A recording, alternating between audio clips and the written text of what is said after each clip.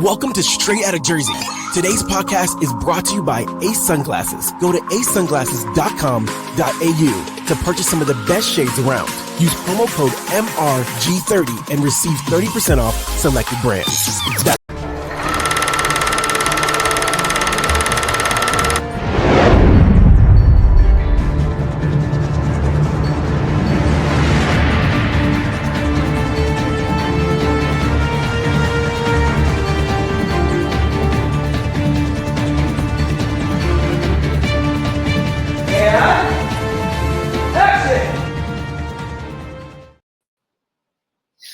What's up, guys? I'm Joe Zapata. Welcome to Movie Bros. We're here missing somebody. He's missing in action. We don't know where he is. He's on assignment. Let's say he's on assignment. He's on assignment filming somewhere. I'm Joe Zapata, and I'm here with my partner in crime, Dave Callari. What's up, Dave? What's going on, brother? How you doing? Good, man. We got a great show. We got a couple things to talk about. We got an Eddie Murphy movie and the Schwartz Awakens. So that's going to be something we're going to talk about. So let's run into it. Let's talk about He-Man. Let me just pull up the stuff here. He-Man actually wrapped up filming this week. I think it was yesterday. They're saying the first trailer is going to be by Christmas because it opens in 2026. From what I'm hearing, they said if you love the 80s cartoon, they said you're going to love this movie. So, Dave, are you excited about this movie? See how it goes? I want to say yes because it's He-Man. And it's interesting if if you love the 80s He-Man, well, if you didn't, you don't care. If you didn't love the 80s He-Man, you don't care how good or bad this is. The cast, when I saw the full cast, the cast is legit. Yeah. That picture, I really hope they do some, I don't know if it's the angle or, I know these guys aren't going to look like the action figures. Yeah. I wish he could be a little bit bigger. But for all intents and purposes, it looks good. It looks pretty good. Looks better than the Dolph Lundgren. Yeah, the Dolph Lundgren thing we got. And like you said, Skeletor is played by Jared Leto. Alleged sex criminal, but okay. but they're saying all the people that saw some previews at one of the Comic Cons, they showed some footage. They said the costumes all look great, look just like the cartoon. Well, if we can get something like Game of Thrones and Lord of the Rings, I don't see why they can't finally get this at least visually to look right. The aesthetic should be good. Yeah, 100%. I think it's going to be pretty decent. Once again, Travis Knight is directing it. Don't know too much, but as far as I know, it's supposed to be pretty good. It's going to take place a little bit on Earth, from what I hear. Okay. So it's going to go from Earth to Eternia. So I don't know how that's going to work, but that's the basis. We'll see what happens. I haven't heard anything about scripting, writing. I haven't heard anything. Yeah, so. I do know it's on Earth because there's some scenes. I saw some footage where he's running in like in a street in Manhattan or something with a pink shirt. Remember Prince Adam wore the pink. So they're doing things like that to make it like the cartoon. But from what I heard, the costumes look great. So we'll see what happens. I'm excited for it. I'm going to see it when it gets there. So, we'll see what happens, Yep. The next thing we want to talk about, obviously, is, Eddie Murphy. He's always been a big star. And I always loved a lot of his stuff. He hasn't had a big hit. Axel F was pretty good. I did like it. Did you like it? I liked it too. I watched it a few times. I thought it was worthy of some repeat viewings. It tried to go back to the tone of the original two. Correct. Because forget Uncle Dave. And I thought it was a worthy entry into the series. It was fun. Yeah, and he hasn't had a really big hit. Maybe Coming to America 2 made money, but I didn't like that movie. I don't know anybody who saw it who liked it. I did not like that movie at all. But he hasn't had anything really big on the movie screen. And even this movie, The Pickup, which is going to be airing in August 6th on Prime, another movie going straight to streaming. The Pickup stars Pete Davidson and a couple other people. It is supposed to be, it's like a comedy with the armored guards get arrested, heist. I don't know. What do you think? You're interested in this one, Eddie Murphy? Not particularly. And not because I don't care about Eddie Murphy, because I still think Axel F shows that he can still do good things. Like there were legitimately funny moments in that. Mm-hmm. But the story, it's like we've seen this story before. Mm-hmm. You know, it's like pick anything like Money Heist, The Town, funny movies, serious movies. Like, give us something different. I think Pete Davidson can be good. I know he's very popular. I don't care for him all the time, but like, you could probably use him better than whatever this is. I don't have a problem with it going to streaming either, because in terms of just like budgetary concerns, you don't have to spend a lot on marketing. It goes right out. You can get to see, a little bit of a return on your investment. The budgets are probably kind of set. You know what I mean? Like, there's probably no danger of it going over budget. So from a safety standpoint, it makes sense. And if it does well, it does well. Good for them. Yeah. We'll see what happens. I mean, Eddie Murphy, he hasn't really done anything big in a while. He is doing Shrek 5. I know that. And he is doing the Pink Panther as Inspector Clouseau. Interesting. Isn't that crazy? He's being Inspector Clouseau as Pink Panther. That also is going to be a Netflix release, I believe. So, we'll see, or maybe Amazon Prime, one of those two, but it's going to be streaming also too. And that seems the way he's going right now these days. I don't think he's a big box office draw like he used to be. Listen, we've talked about almost every week. There's very few things that are big box office draws. Even the stuff that's good. All we heard about. It's so interesting. All we heard about was how good Thunderbolts was for like the first 2 weeks. Marvel's back. Movies are back. Story was great. Blah blah blah. Now all you hear is that it flopped. It flopped. It lost money, and Bob Iger wants to bring down the budgets of all upcoming Marvel movies. It's like, what does anybody win anymore? Yep.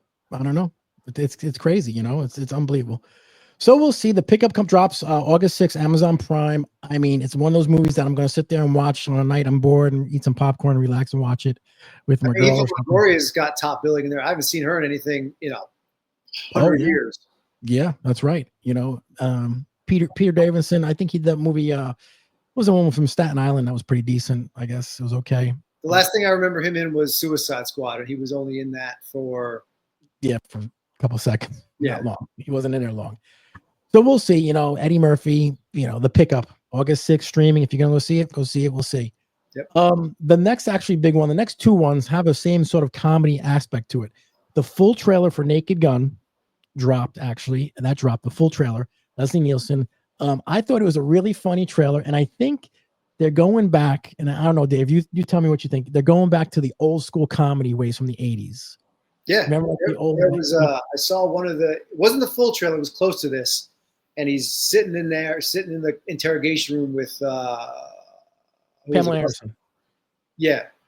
Was it Pamela Anderson? No, the black. No. Buster Rhymes. Buster Rhymes, yes. Yeah. And he's like, so you served 20 years for man's laughter. He's like, you mean manslaughter? Like, I legitimately laughed out loud in the theater. Yeah, exactly. It's very clear that Liam Neeson is the perfect guy to deliver these kinds of lines. I laughed when I saw the scene with Pam Anderson. He's like, take a seat. She just walks out of the room with it. So like, I'm good. I don't need to see anything else. Like, I don't want to have any more jokes spoiled. Because I don't want it to be the best four were in all the trailers. Like, I don't want that. Yeah. I want those to be the weakest ones. I wanted to ask you, and because I heard a couple people were talking about this, in the 80s, we can do comedies like this and you can get away with them. Today, everyone's very sensitive. Do you think the movies like this are still going to be, people are going to take it the wrong way? Because it's not like the 80s where you could do everything you wanted. I think really what it comes down to, it's almost like if you were to go see a comedian, right? Like if you go to see a Bill Burr or Dave Chappelle or anybody who leans in one direction or the other. But if you're there, you're kind of already on the same page as whoever is on stage, right? So I do think that we had a severe overcorrection of cancel culture 4 to 6 years ago.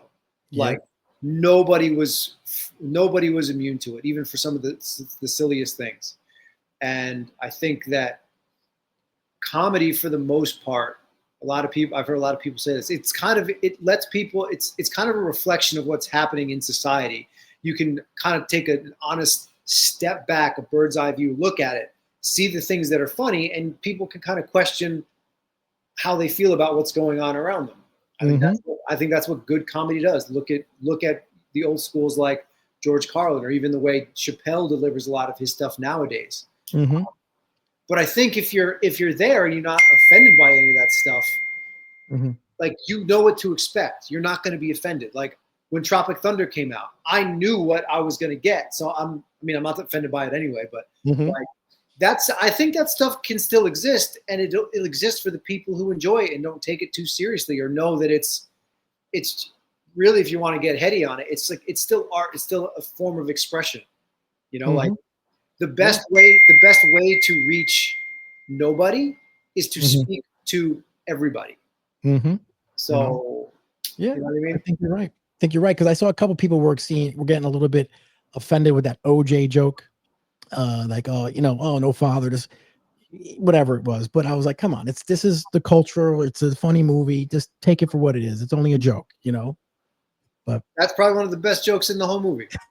It is, and I'm sure there's tons more like that in the movie with him.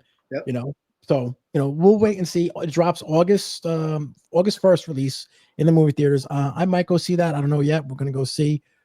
The next one was a huge one, and I'm a little bit worried about this one because I love this movie, Spaceballs 2 with Mel Brooks. Okay, the only problem is I missed that when I saw the trailer the first time. Yeah, Mel Brooks, he's back, but he's 98 years old. Okay, so they need to film this really fast. That's my first thing. He's 98. He says he's going to come back as Yogurt. I love Spaceballs. The first one of my favorite movies during the 80s. Spaceballs, great movie. And not because it was just like a parody of Star Wars, but it was a lot more than that. But great movie. Dave, what do you think about Spaceballs 2? I hope at the very least to get Michael Winslow back. Okay. Well, they did say Rick Moranis is coming back for this one role. Because he's been retired for like 30 years. Correct. Long time. If he comes back, if he's back, I appreciate it, because like, come back for this. Like, if you're going to come back for anything, come back for like one of your most popular roles. I'm excited. I thought the scroll, the trailer was hilarious. Almost everything was. I was like, if this is what they can do, I'm in. That looks really good. I mean, Mel Brooks though is going to be 98. He's sharp as a pencil right now. He's really sharp still. He still got it. He looked great. It's sad there would be. I don't know. Like, I don't know what the story's going to be. Bill Pullman's still in it? Obviously, John Campbell unfortunately isn't with us anymore. No. What was her name? Daphne Zuniga, who was Princess Joan Rivers. Like, almost most of the cast who was in the original one aren't here anymore. So I'm curious, do we go with a whole new story with some throwback characters, or do you just recast and whatever? I mean, I don't know if I really care what happens, as long as it's good. So Bill Pullman's coming back, and Rick Moranis. And Rick Moranis did say the only reason he came back is because Mel Brooks called him up directly with the script and said, you need to come back, please, and begged him. He said, whatever we need to do to get it. And he said, obviously I got paid pretty decently. He said the script and Mel asking me was really why, because he was retired. Like you said, he was retired, but he said he is coming back for this role. He said the script was really funny. So he says he's going to do this, and that's his last movie for sure. That's what he said. So we'll see. I would have loved to see him come back in Ghostbusters at least once. I think people thought he was going to show up in Afterlife, and I was like, yeah, if he did, that would be cool. But listen, for a guy who he was in some really great films for the small period of time he was doing his thing, and he decided to take care of his family. Like, you can't really fault him for that. Hold on one second. Actually, Rob just texted me, said he had an emergency. All right. He had a little emergency, but I told him, I said, if you want to deal with the emergency, that's fine. If you want to jump in, that's fine. I don't care. I told him, I said, it's up to him. So I just sent him that. All right, cool. Yeah, so Spaceballs 2. And I said the Schwartz Awakens. I love that title. The Schwartz Awakens. Yep. Really cool title. I think that's great. Like I said, the only thing is about Mel Brooks being 98. I mean, listen, he'll be 100 when it comes out. There's a chance that they've already filmed some stuff. I can't imagine that nothing's happening, but who knows? Yeah, they actually did. Josh Gad is the one who actually got that ball rolling. Apparently, he actually wrote the script with Mel Brooks and said, "Hey, look, this is what I got." And Mel Brooks said, "It's a great idea." So we'll see. You know, it's supposed to be really good, but like I said, he'll be 100 when that movie comes out because it's planning to come out in 2027. I mean, listen, it's a hell of a way to go out.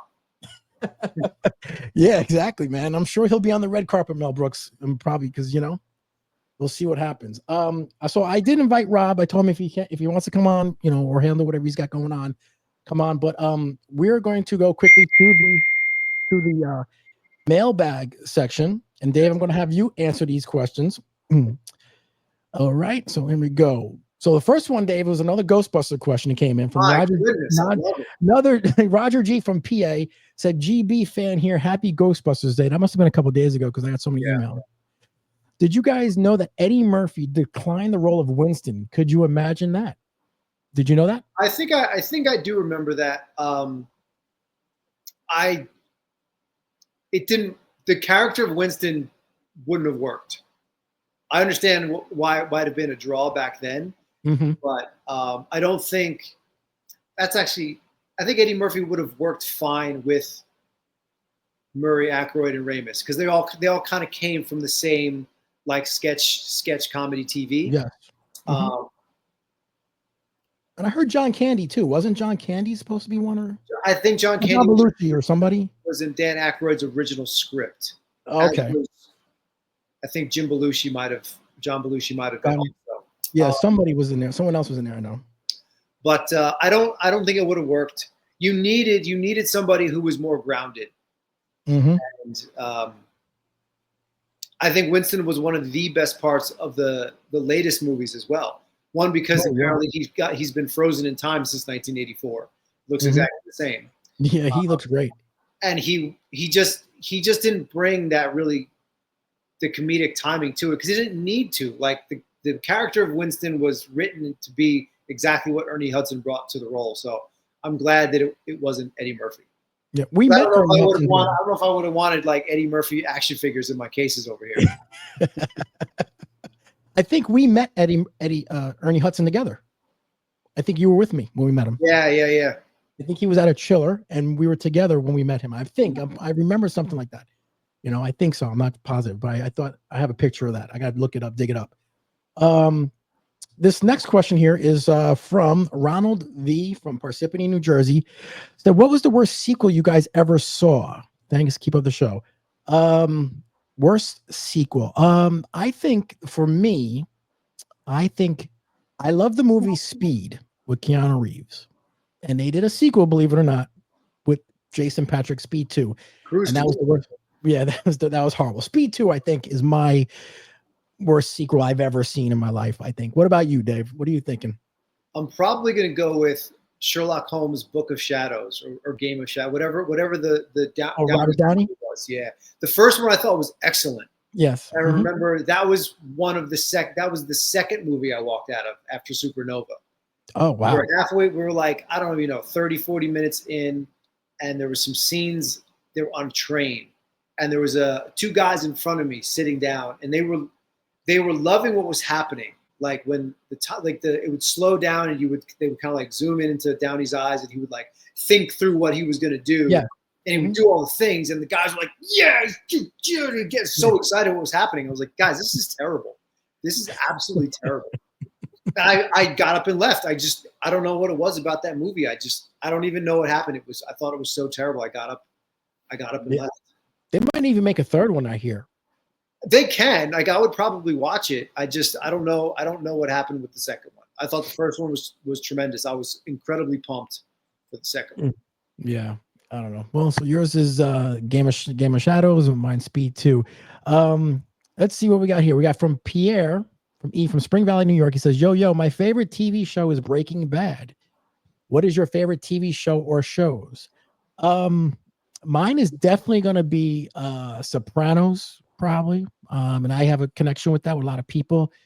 So it's definitely Sopranos is one of my favorite TV shows of all time. What about you, Dave? What did you like? X-Files, hands down. Oh, your X-Files. Wow. Okay. That was how TV was supposed to be. That was one of those things where I didn't catch on to it till later when the movie came out in '97. Like I heard about it, and I was like, what is this stuff? And then I remember seeing a trailer for the movie. I was like, this is stupid. Yeah. Then I went to go see the movie because I saw another trailer. I'm like, this doesn't look that stupid. And I walked out of the theater and I was like, this is amazing. So I went back and watched everything. And so the movie came out between seasons 4 and 5, I believe. And I watched it up until it ended. But anybody who's younger watching this, everything now is streaming. Everything. You get the whole season, either an episode a week or they drop all the episodes all at once. The X-Files was one of the last real shows that was like appointment television. It originally had a Friday night slot, and then it got moved to Sunday night. And I remember many Sunday nights being like, everyone get away from the TV. X-Files is on. I have all 9 seasons on DVD, both movies. And the 2 revival seasons they did within the last 10 years, they were okay. They were okay. Did you like the movies? The movies? You like the movie? Did you like the movies? The first movie was excellent because it was a bridge between seasons. Correct. The second one was kind of cool because it gave you some closure to Mulder and Scully after whatever happened at the end of season 9. Look who we got popping in. What's up, fellas? Oh, my dudes. Are you okay? You all right? Everything's good? Everything's good now, man. Shoot. Hey, I'm glad I was able to jump in, man, because I missed you guys. A little shot of penicillin will clear that right up. Oh, what are we doing, guys? What are we doing? So we have a question here that says from Pierre from Spring Valley, New York. He wants to know, what is his favorite TV show is Breaking Bad. Mine is Sopranos. Dave was X-Files. What is your favorite TV show of all time? All right, who's this? Pierre, we're simpatico, man, because Breaking Bad, man, I'm trying to remember if there was any other show that I enjoyed so much and just a quick thing, I jumped on Breaking Bad late, so I actually had to catch up in real time just to get to, I think it was season, what was it, 4-ish when I finally caught up. And then, I was like, every week, it's like, getting the itch. I got to see what's going on. Walter White, one of the most complicated, guys that, you got to remind yourself that he's a bad guy, but you couldn't help just identify with him. So it's just because, middle-aged guy going through a midlife crisis, all this stuff, and then turns into this, just evil guy. Man, that show was awesome. Yeah, Pierre, man. We're brothers in that. Breaking Bad. All right, I want to see about this one right here. So we had someone, Rob V from Parsippany, New Jersey. He said, what is your worst sequel you guys ever saw? Mine was Speed 2. Dave was Game of Shadows. Sherlock Holmes 2. What is your worst sequel you've ever seen? Ron wants to know. Man, I got a lot of guys that I'm identifying with tonight, man. Speed 2 I actually saw in the theaters.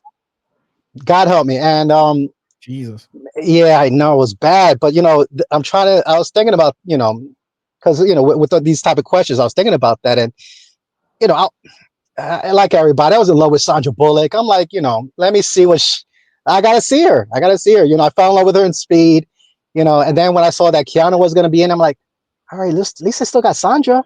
So I went in there, and man, it just did not, as great as she is, there was nothing saving that movie. That movie was just a floating turd in the sea. All right. We got another question that came in for you, though. This one's specifically for you. This one's from Gavin P. Okay. From Wayne, New Jersey. He said, hey, screenwriter Robert, as a fellow young writer, I was always told to illustrate events and character traits instead of explaining them. Show, don't tell. Do you agree? 100%. Look, it's going to be something that, especially, if you're, an aspiring or you're just getting started. I had to learn this the hard way. Less is more. Okay. If you could describe your characters as soon as you introduce them into the story with maybe just a blurb, that's just trying to just give you an example, so you introduce your character and he's can't stop touching his chin. He's fidgety. He's something off right off the bat that something is wrong with this guy. He's worried. Okay, I'm intrigued. What is he worried about? That's what your description of characters is supposed to initiate. you're introducing this character for the first time. So you need to actually get in, draw that interest. Like you want to care, like what's going on in this character's life. And you get like little tidbits. It's like little teases of like, unfolding who this person is. If you're able to do that in the shortest amount of words possible, that's what you want, because it's true. You got to show action. You got to show something progressing with the story. Don't go into super details of what the guy is wearing, whether, where's deodorant or whatever. None of that stuff, it matters. You're talking about, you want to know about what the person is as soon as possible and why they're in the trouble that they're in. Okay, excellent. One of the main topics today was about Spaceballs 2. So we want to get your opinion on it. Obviously, Spaceballs 2 is dropping in 2027. Mel Brooks announced it coming out. He will be 100 years old when it comes out in the movie theater. So he's 98 now. What do you think about Spaceballs 2? You excited for that? God bless him. Hell yeah, I'm excited for Spaceballs 2. It's, again, I wish him all the health possible. Not just, him being a person, he's great. He's a treasure, but I definitely want to see him complete this project and bring it to fruition, because, man, Spaceballs, that's just one of those classics that there's so many one-liners. There's so many memorable, just scenes that you just think right off the bat. And Mel Brooks with his genius comedy. I mean, yeah, just sign me up. They teased it way back then when he said that, yeah, I'll be back when Spaceballs 2, the search for more money. Yeah. So, yeah. So you better believe it, man. He's back for that money, pal.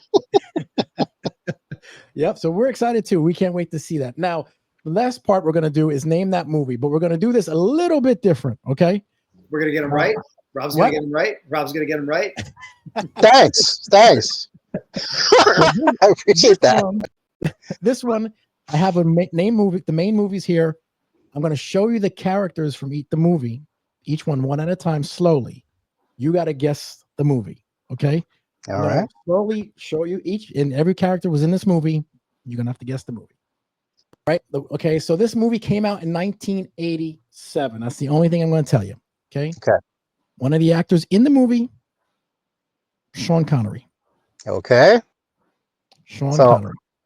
So am I getting guesses already? Go ahead. In 1987, I'm thinking, this wouldn't be Indiana Jones and the Last Crusade, would it?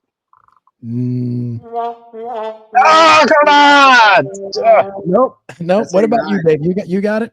I don't have anything yet. No, nothing? No guess? Okay. All right. Next one. Second actor that was in this movie was Andy Garcia.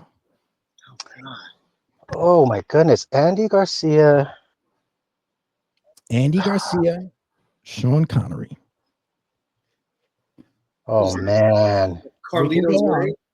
We can what? You said Carlito's Way? Hey, what the hell? Sean Connery wasn't Carlito's Way. We can keep going on. I'll get another one. All right, here it goes. So the next one, we got Sean Connery. Mm-hmm. We got Andy Garcia. Yeah. And we got Robert De Niro. Oh, my goodness. What the hell, Sean? When I give you the main actor, you might get it. So now I got Sean Connery, Robert De Niro, Andy Garcia. Untouchable. What? Untouchable? No, Sean Connery wasn't. Oh, wait. No, he wasn't. What? Yes. Oh, my God. How can I not get that? He's Al Capone. Come on. Dave knocks it out the park. Starting with Sean Connery was as soon as I saw him, like 80. Oh, wait, no, it was 2 years off. Indiana Jones was 89. Yep, because then I have Sean Connery. I was going to get Kevin Costner. Yeah. And then oh, my God. Charles Martin Smith. Those are the last two. Untouchable is very good. Dave. That's good. That's good. This is calculus level format. Oof. Well, all right. Well, thank you so much, Rob, for jumping in late. Take care of that emergency you have, Thank you. Appreciate it. Dave, we'll see you next week, brother. All right, guys. Talk to you later, guys. Thanks for watching the Zapata Brand Podcast. Please subscribe to the podcast and listen where all podcasts are available.